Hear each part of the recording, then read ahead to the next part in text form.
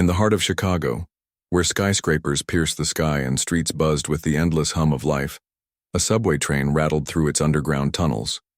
It was late afternoon, and the carriages were packed with people from all walks of life. Students heading home, office workers rushing to catch their connections, and tourists trying to navigate the sprawling city. Among them stood Ryan Carter, a tall man in his late 20s with short-cropped hair and a smug expression that seemed permanently etched onto his face. Ryan wasn't someone who blended into the crowd. He carried an air of arrogance, leaning against the metal pole near the door as if he owned the space around him. His sharp eyes darted around the carriage, daring anyone to challenge him or even look at him for too long. Over the years, he had built a reputation for being a bully, someone who thrived on making others feel small. Whether it was cutting in line at coffee shops or shouting at waiters for minor mistakes, Ryan lived for moments when he could assert his dominance. Today, however, would be different. Not because he planned it that way, but because fate had something else in store. Across from Ryan sat Emily Dawson, a woman in her early 30s with soft features and piercing green eyes that seemed to hold secrets untold. She wore a simple gray sweater and jeans, blending seamlessly into the sea of commuters. Unlike Ryan, Emily didn't demand attention.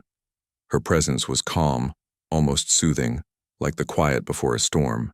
She clutched a leather tote bag tightly against her chest, occasionally glancing out the window as the dim lights of the tunnel flickered past. The train jolted suddenly, throwing everyone slightly off balance. For most passengers, it was just another bump in the ride, a reminder of the aging infrastructure they relied on daily. But for Ryan and Emily, this moment would set off a chain of events neither could have anticipated. As the train lurched forward, Emily stumbled sideways, her shoulder brushing against Ryan's arm.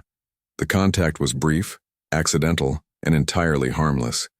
Yet to Ryan, it felt like an affront, a deliberate act meant to disrespect him. His jaw tightened, and his fingers curled into fists. "Watch where you're going," he snapped, his voice loud enough to draw stares from nearby passengers. Emily blinked, startled by his reaction. She opened her mouth to apologize, but before she could say anything, Ryan acted. With startling speed, he raised his hand and slapped her across the face. The sound echoed through the carriage, sharp and shocking. Everyone froze, their collective breath caught in their throats. Some turned away, pretending not to notice. Others exchanged nervous glances, silently wondering if they should intervene. No one moved. In that tense silence, Emily slowly lifted her hand to touch her cheek. Her eyes met Ryan's, and instead of fear or tears, there was something else. A steely determination that sent a shiver down his spine. "You just made the worst mistake of your life," she said, her voice steady and low. There was no anger in her tone, only a quiet certainty that unnerved Ryan more than any scream ever could. For a split second, Ryan hesitated. He wasn't used to people standing up to him, especially not women. Most cowered under his glare or backed down after a single threat. But Emily wasn't like the others. Something about her demeanor suggested she wasn't afraid of him, or anyone else for that matter.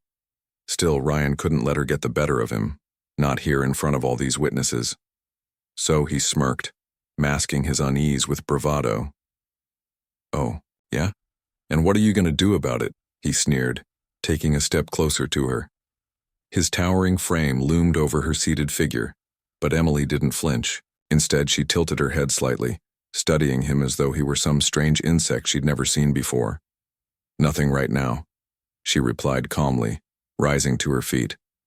"But trust me, you'll regret this." With that, she pushed past him and walked toward the doors just as the train screeched to a halt at the next station.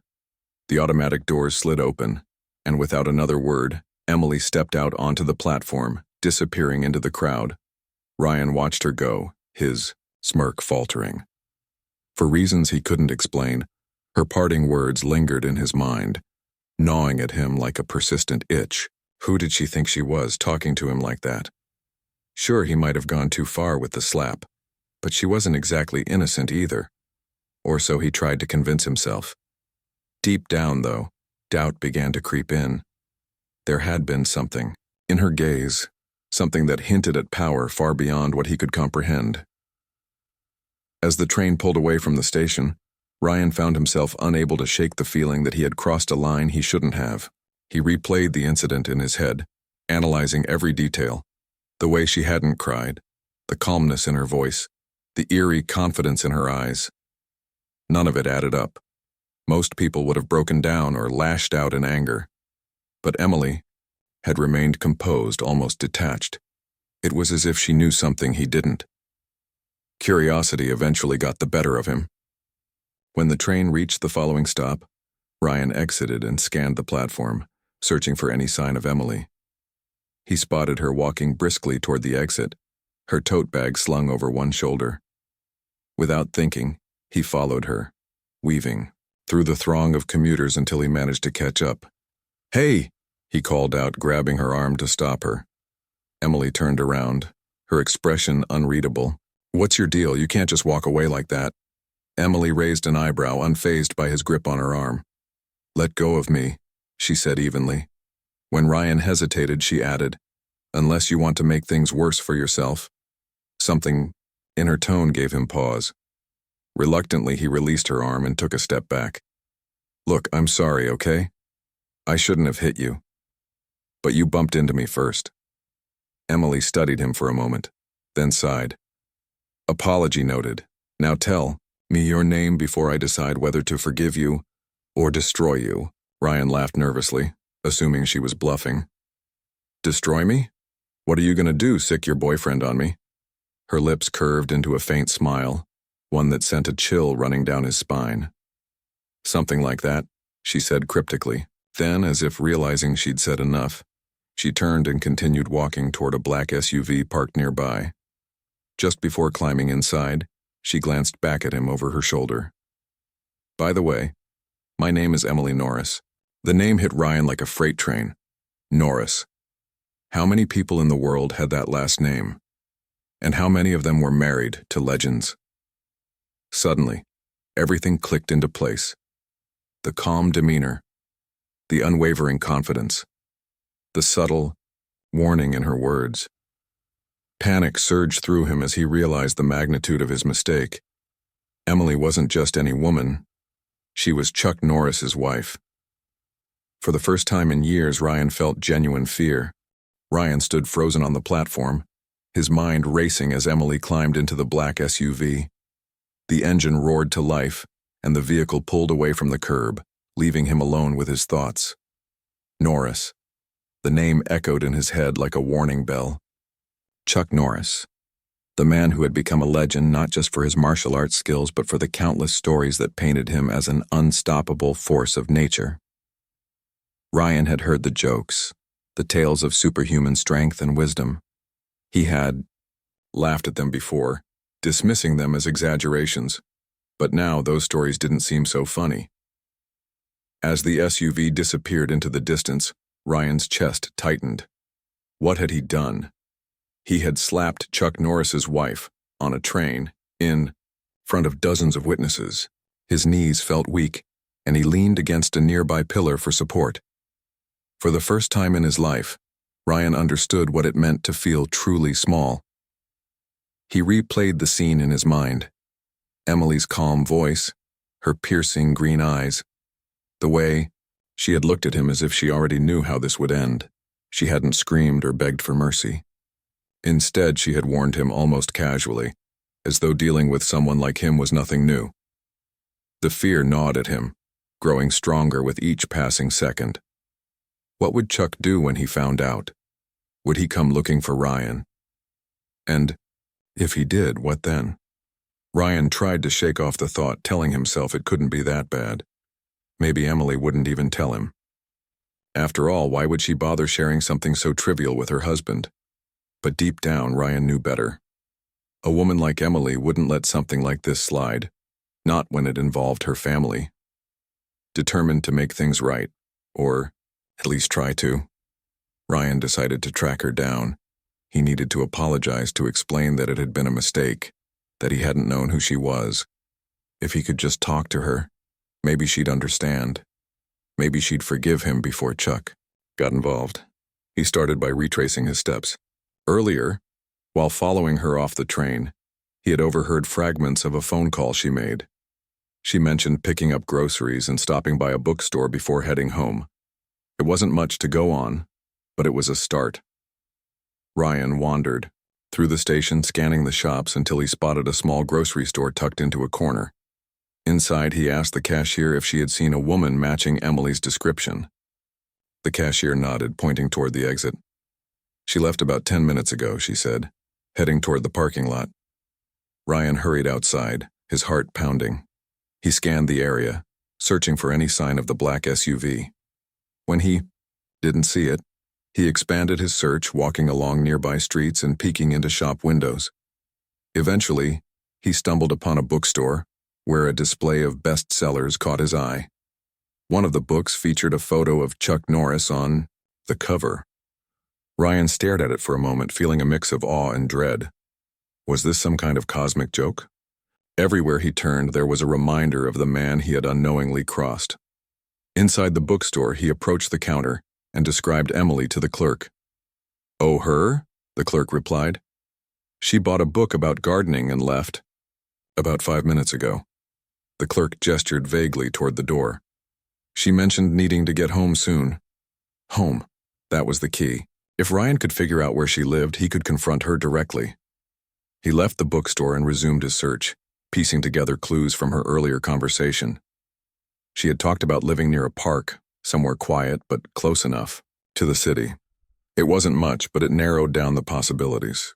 Ryan flagged down a taxi and gave the driver vague directions, hoping luck would be on his side. After nearly an hour of aimless driving, they arrived at a residential neighborhood surrounded by dense woods. The houses here were modest, yet elegant, set back from the road with well-kept lawns and flower beds. Ryan paid the driver and stepped out, scanning the area.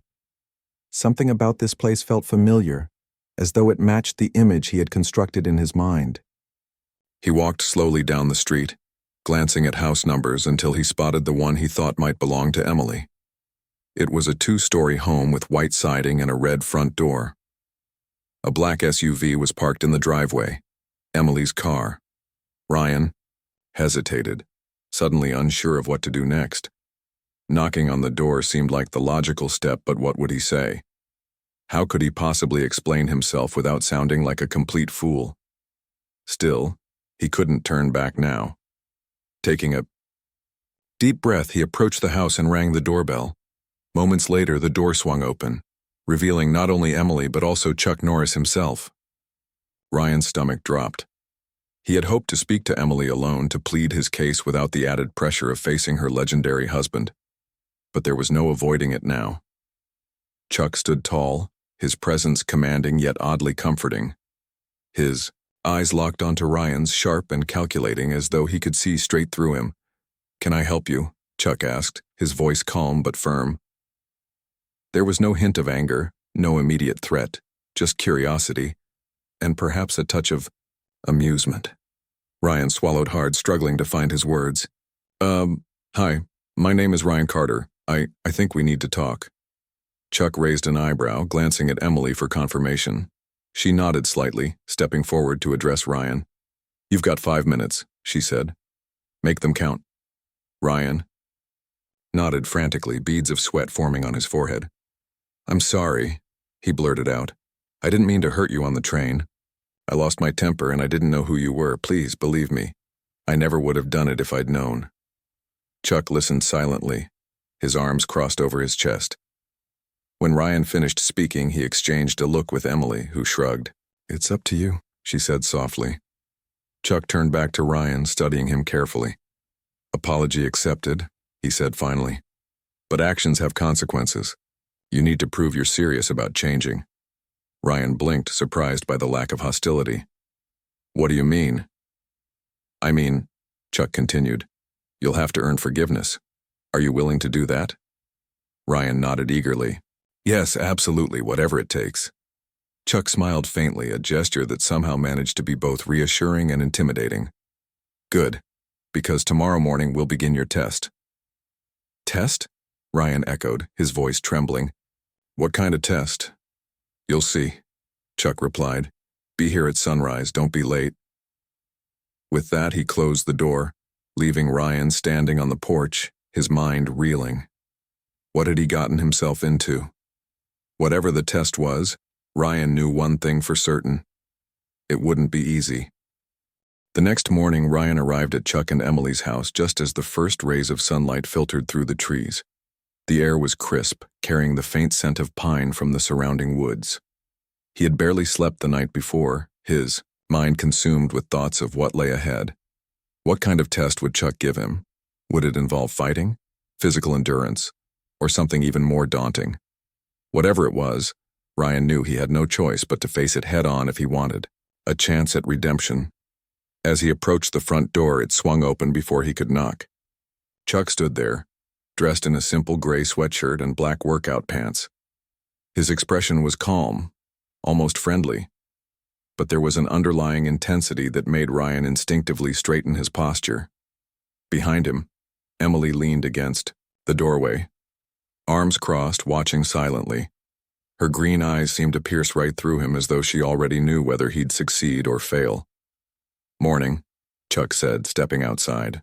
"You ready?" Ryan nodded quickly, though his hands trembled slightly at his sides. "Yes, sir, I'm ready." Chuck gave him a small smile. "Good. Follow me." He led Ryan around the side of the house, where a narrow dirt path wound its way into the dense forest.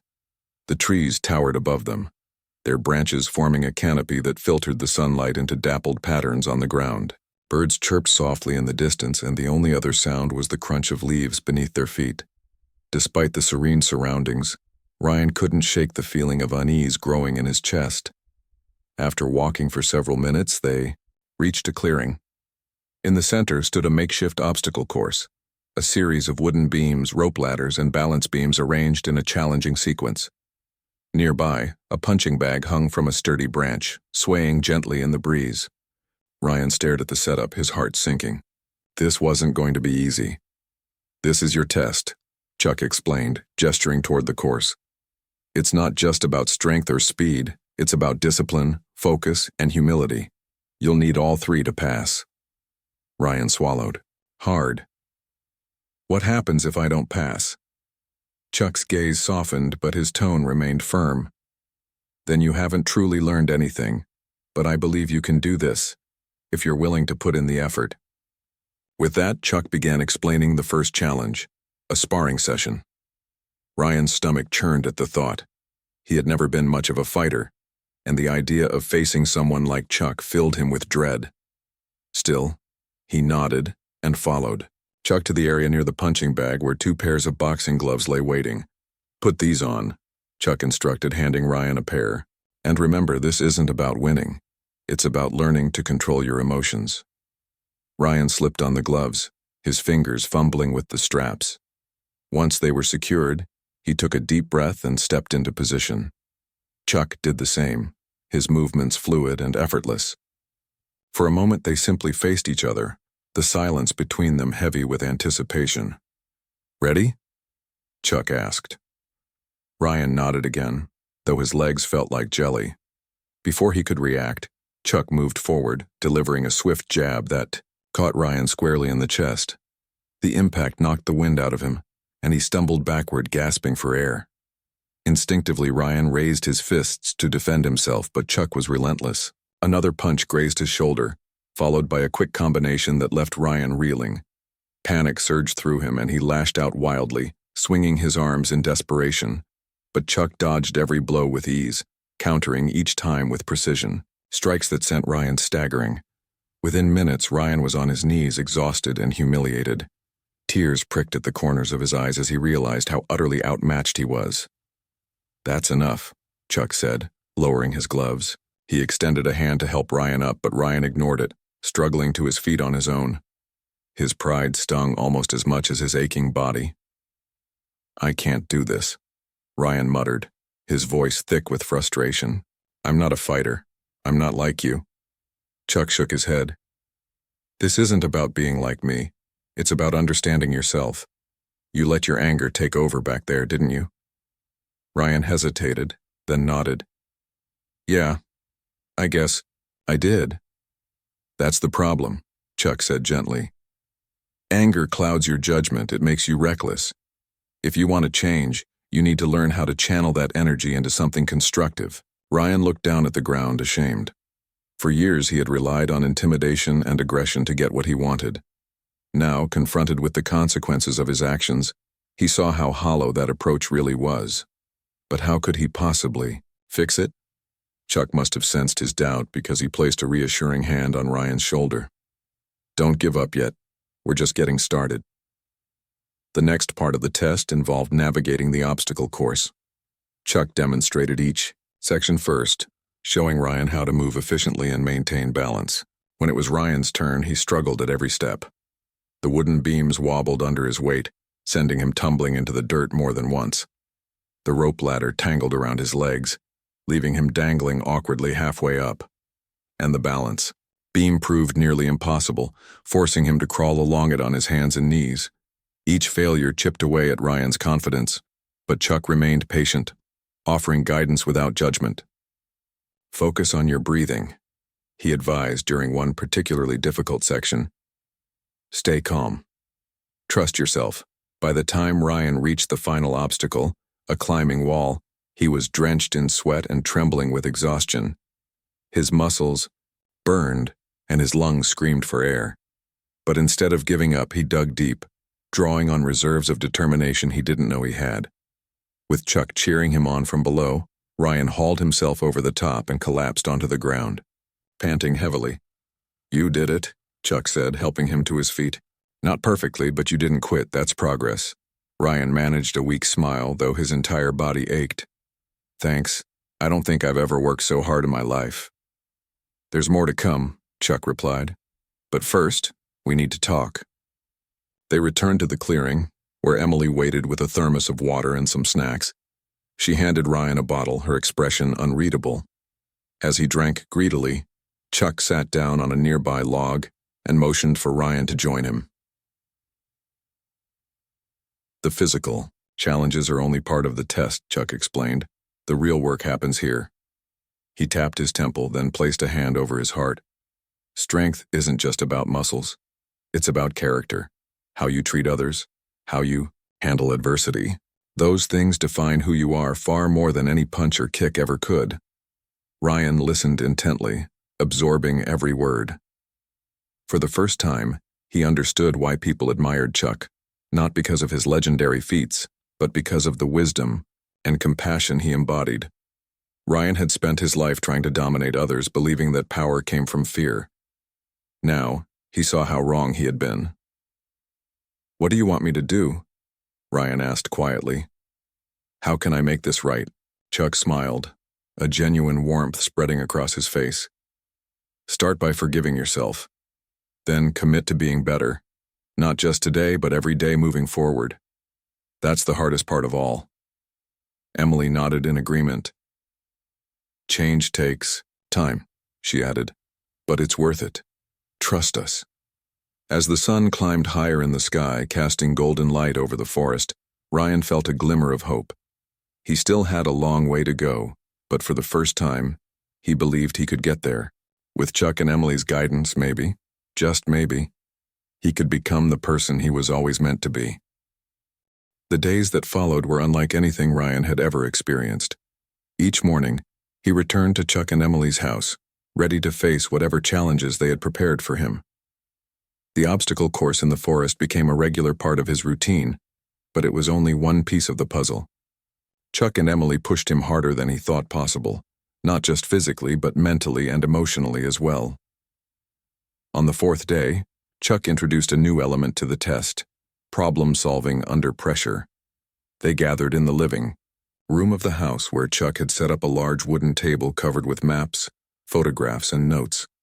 At first glance, it looked like the planning station for some kind of mission. Ryan frowned, unsure of what to expect. This is a simulation, Chuck explained, gesturing toward the material spread out before them. You'll need to analyze the information, make decisions quickly, and adapt when things don't go as planned. Ryan stared at the cluttered table, feeling overwhelmed. What's the goal? The goal, Emily interjected, stepping forward, is to rescue someone trapped in a dangerous situation. You'll have limited resources, incomplete data, and a ticking clock. Your choices will determine whether they survive or fail. Ryan swallowed hard. This wasn't just about strength or endurance anymore. It was about thinking clearly, staying calm, and making tough decisions. He glanced at Chuck, who gave him an encouraging nod.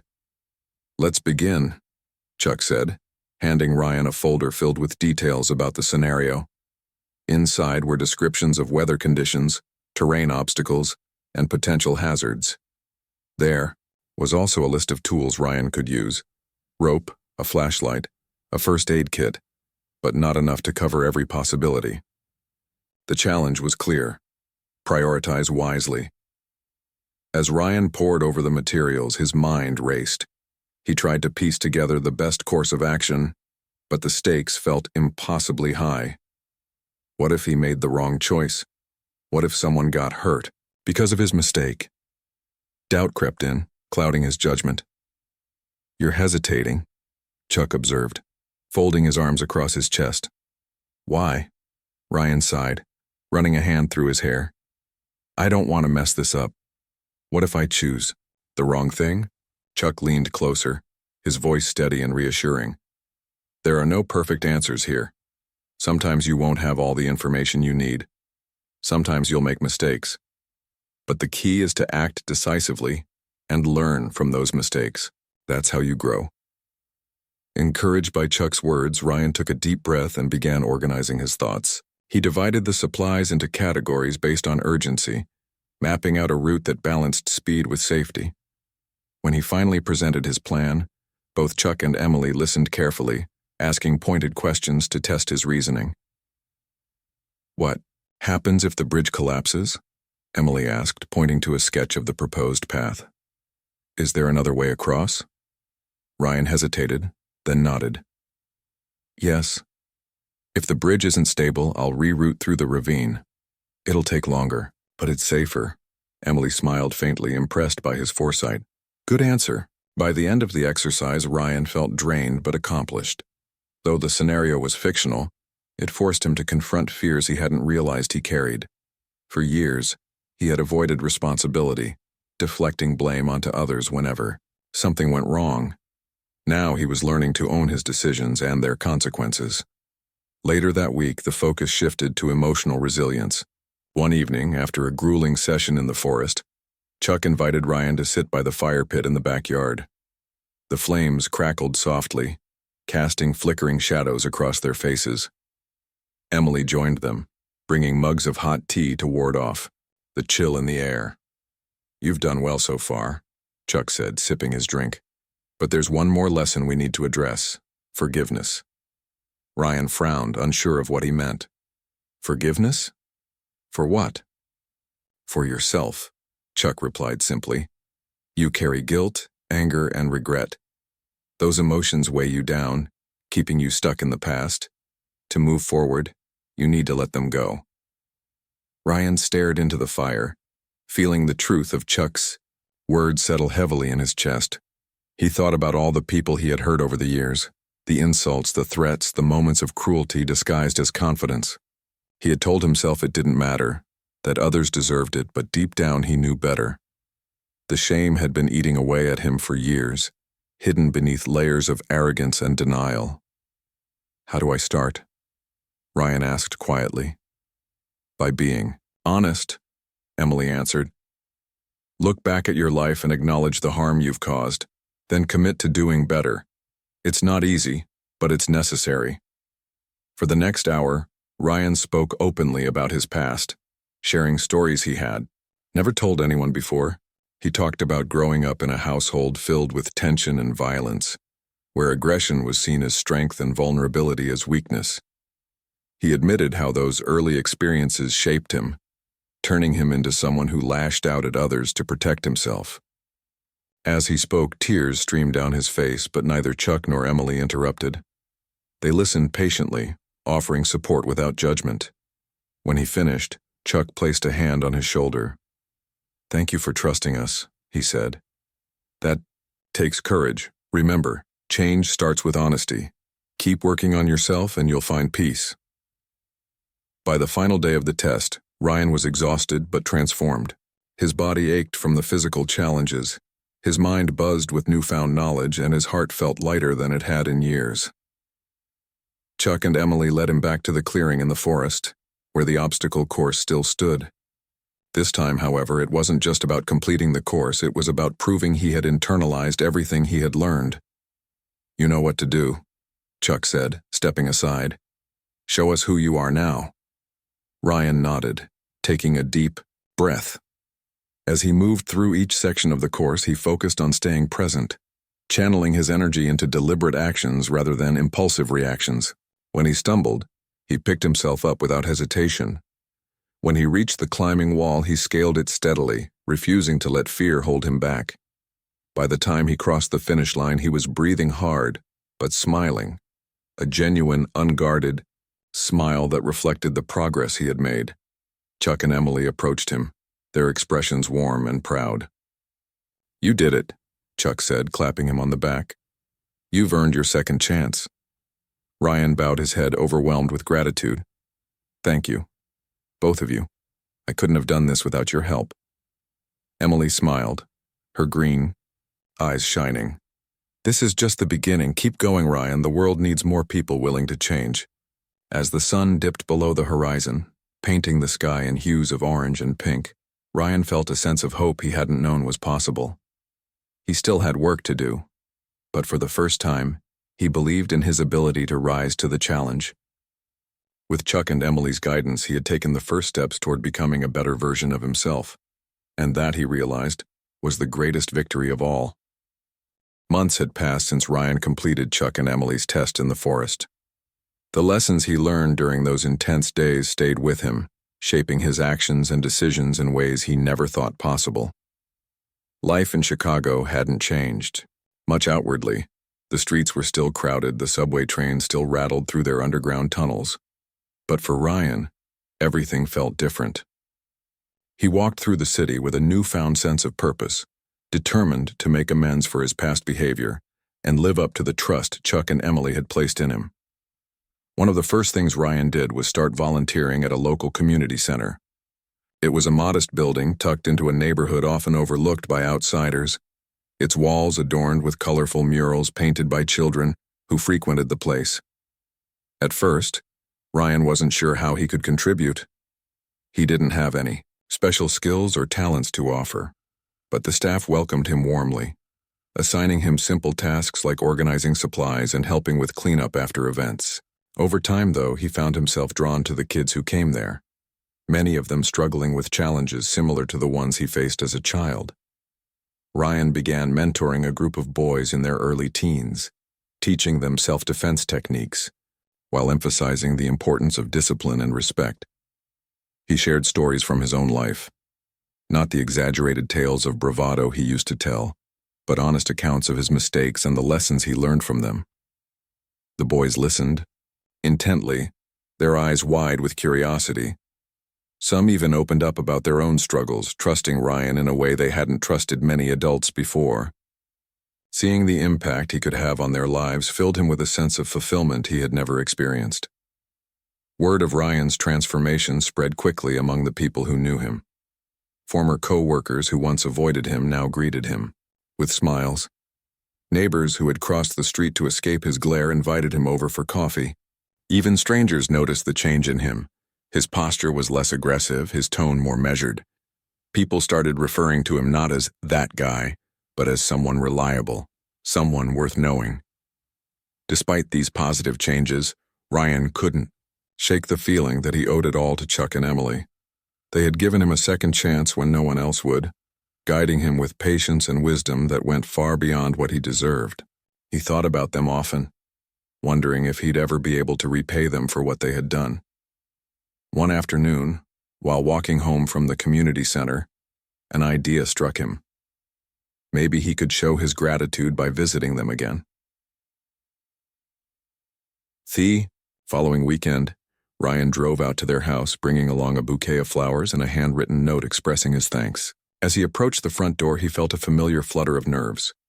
What if they didn't want to see him? What if they thought he was intruding? But before he could knock, the door swung open, revealing Emily standing there with a warm smile. "Ryan," she said, stepping aside to let him in. "We were wondering when you'd stop by." Relieved, Ryan handed her the flowers. "I just wanted to say thank you. For everything. I wouldn't be where I am today without you two." Emily accepted the gift graciously, leading him inside, where Chuck sat reading a book by the fireplace. When he saw Ryan, he set the book aside and stood up, extending a hand in greeting. "It's good to see you," he said, his voice steady and kind. "How have you been?" "I've been doing okay," Ryan replied, taking a seat across from them.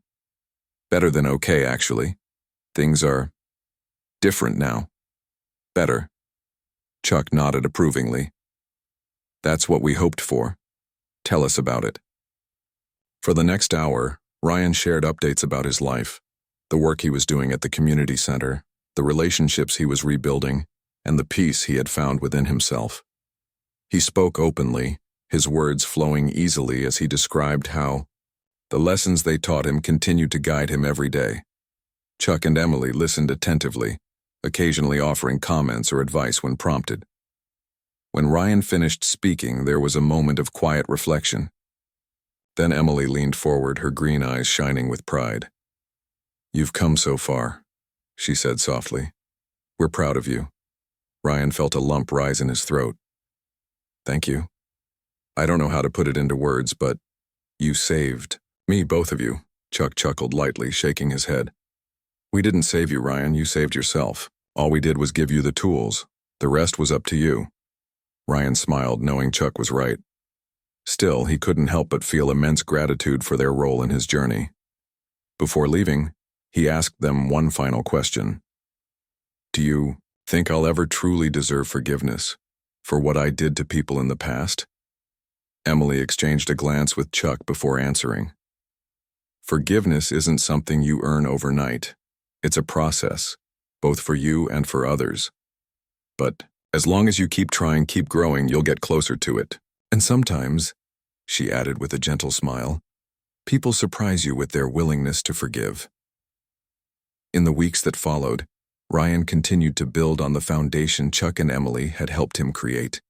He reached out to some of the people he had wronged in the past, apologizing sincerely and asking if there was anything he could do to make amends. Not everyone accepted his apology immediately. Some needed time, others weren't ready to forgive. But Ryan respected their decisions, understanding that healing took time. At the community center, Ryan became a beloved figure among the kids and staff alike.